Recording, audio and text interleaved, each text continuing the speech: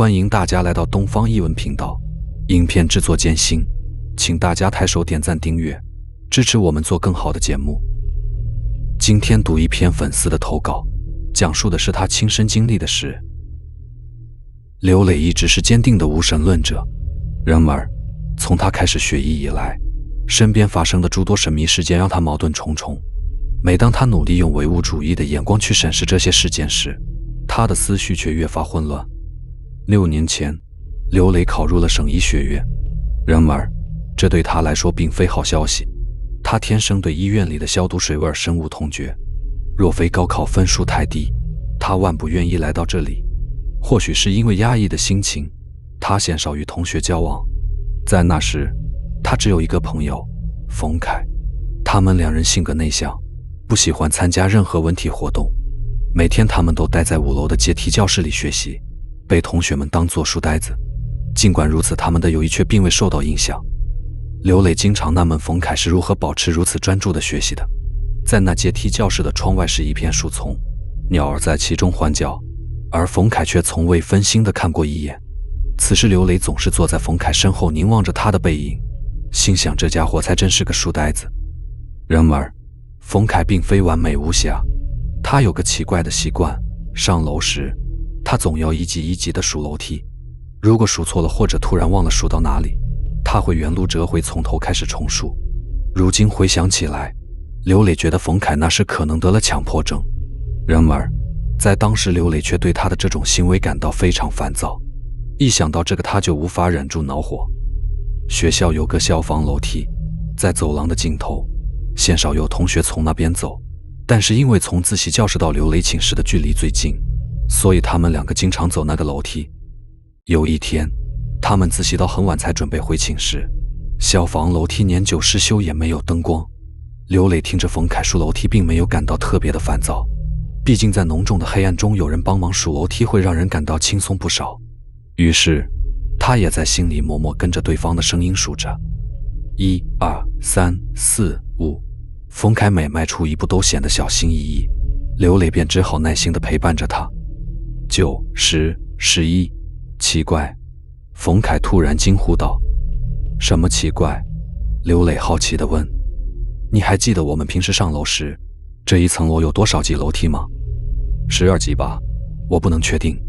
刘磊回忆起白天上楼时总是1步3级，似乎可以迈4次。你不是经常数吗？还问我？他反问道。是啊，我每天都数，应该是12级的，但是今天我只数到11。那一定是数错了，别管它了。不行，楼梯不会无端的少1级的，你陪我回去，从底下再数来。那一刻，刘磊心中充满了恼火，恨不得给冯凯一巴掌，但他没有。在这如墨般黑暗的楼梯上，没有一个人影，出于朋友的责任，他便跟在冯凯后面走了回去。9、10、11。当刘磊和冯凯两人数到最后1级楼梯时，他突然感到背后一阵寒意袭来，头皮都要炸开。楼梯真的比平时少了1级，变成了11级。刘磊，你……冯凯话还没说完，刘磊就猜到他又要叫自己和他回去，从头数楼梯。在黑暗中看不见冯凯的表情，刘磊却突然想起了解剖室里面的尸体。我不去，要去你自己去。刘磊感觉自己的腿开始转筋了，他也说不清楚为什么当时会如此害怕，只感觉到一种巨大的恐惧占满了心头。别指望我会再和你去数这该死的楼梯。他抛下冯凯，飞也似的跑下楼。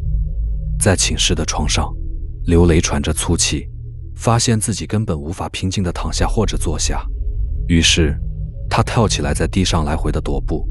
同寝室的人都还没有回来，于是他开亮了所有的灯。等了许久，终于冯凯回来了，但是他好像很安静，没怎么说话就休息了。从那天开始，冯凯就像变了个人，他的眼神变得迷离而空洞，说话声音也低沉而沉闷。刘磊试图跟他交流，但是冯凯始终维持着一种奇怪的宁静，仿佛他不在自己的身体里。1周后的晚自习下课，教室里只剩下了刘磊和冯凯。刘磊看着冯凯，发现他没有收拾书本就径直走出了教室，他的眼神涣散，身体也有些摇晃，仿佛他不在自己的控制之下。刘磊本想追上他一起回寝室，但是当他走到拐角处时，他突然感到一种惊恐。他看到冯凯的身影消失在了消防楼梯的方向。刘磊的心开始加速跳动，他感到一种前所未有的恐惧。他知道自己不能跟着冯凯去那个地方，他是真的害怕，所以他退缩了，站在原地看着冯凯的身影渐行渐远，最终消失在了视线之外。从那天起，冯凯失踪了，再也没有回来。冯凯失踪后的3年，医学院开始扩建。当巨大的挖土机推倒那座楼时，在4楼的楼梯废墟中，人们发现了一堆白骨。刘磊知道那是冯凯，因为他曾听说，如果一个人在上楼的时候发现楼梯少了一级，他就会去代替那一级的楼梯。直到现在，刘磊仍然不敢数楼梯。每当他踏上阶梯，那令人窒息的恐惧便如影随形，紧紧地跟随着他。他害怕在某个不经意间，自己也会像冯凯一样消失在这恐怖的楼梯里。本集已经播放完毕，非常感谢大家收听，也感谢大家点赞、订阅和支持。